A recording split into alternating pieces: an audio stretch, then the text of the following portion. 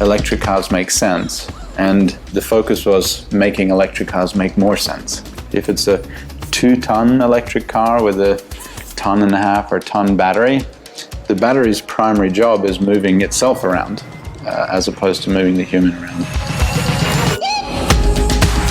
The reason why it's a 2-seater with one person in front of the other, that's because we found studies showing that the average commute has 1.2 people. So we thought that that makes sense, like having one primary centrally positioned driver that gets most of the attention and gets a nice sort of space to work in. It's very exciting to see how everything developed from the very beginning, when we had just an idea in a completely unrelated Skype call that I met Lewis. I was in Portugal, he was here in Sweden, and I showed him some of my designs. Everything started developing from there. We're kind of inspired that humans got so far with laptops and smartphones, and we just wanted to see that experience in a car, where you can step in and you could have that seamless digital experience. And we carry that through with the whole company strategy. So we don't focus so much on the vehicle identification number. Instead, we focus on your digital identity. My role is to make sure that all the interaction points, the interaction between the driver and the car, that those are safe, fun, and cause as little frustration as possible. It's challenging, but if done right, I think it could have a really powerful impact on the experience of the user. We managed to build all these 3 cars within 4 months, which is unheard of. And with a team it's insanely small. We're only 15-20 people that are working on the cars, and they're inexperienced, and they are all young engineers. Like, I'm one of the old guys and I'm 29 years old. Usage patterns are different, demands are different, ownership models are changing. There's an opportunity to do something really different, which is what this car is.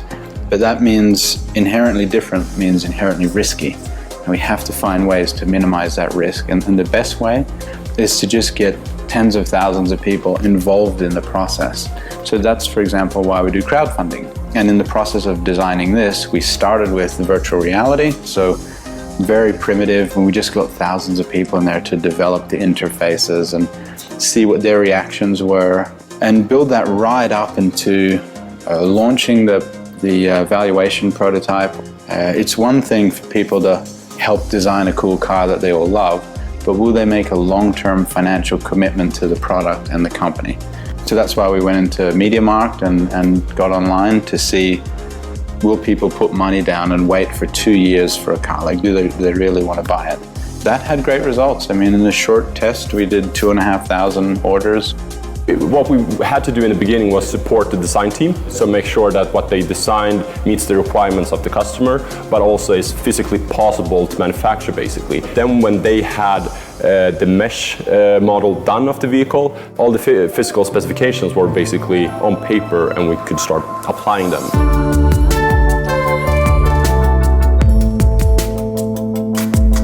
We had so much to do in a very short period of time, and just making sure that everything came together. So that's where tools like Siemens NX is so powerful, because you can work on a whole system together at the same time, and everything can lock into place without any trouble, because you're working collaborative.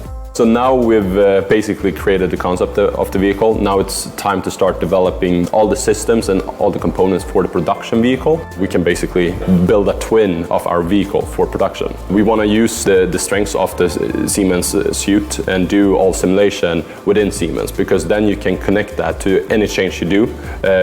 You can basically update your simulations on the go. Then when we go into production, we want to create a production twin of the vehicle and a production twin of the factory, and then use data when we actually use the vehicle. We can see if something breaks or you have an issue with something. You can track where does that come from within the production, and then improve the twin, but also improve the reality. The Siemens PLM system is like a whole universe. Imagine how much more lean you can make global production if you have a mother factory and then small satellite factories that are all set up in a digital form first, and you can do cost modeling and check out logistics and simulate everything before you actually do it. And the main reason why we wanted to go with Siemens for this was because, sure, you have MindSphere and you have all this data acquisition backend, but that sort of database and that whole sort of digital backend that Siemens has is also connected to the energy grid globally and the roads globally and the cities globally. It's not just the data we create, it's the net data created by humans that we get to be a part of.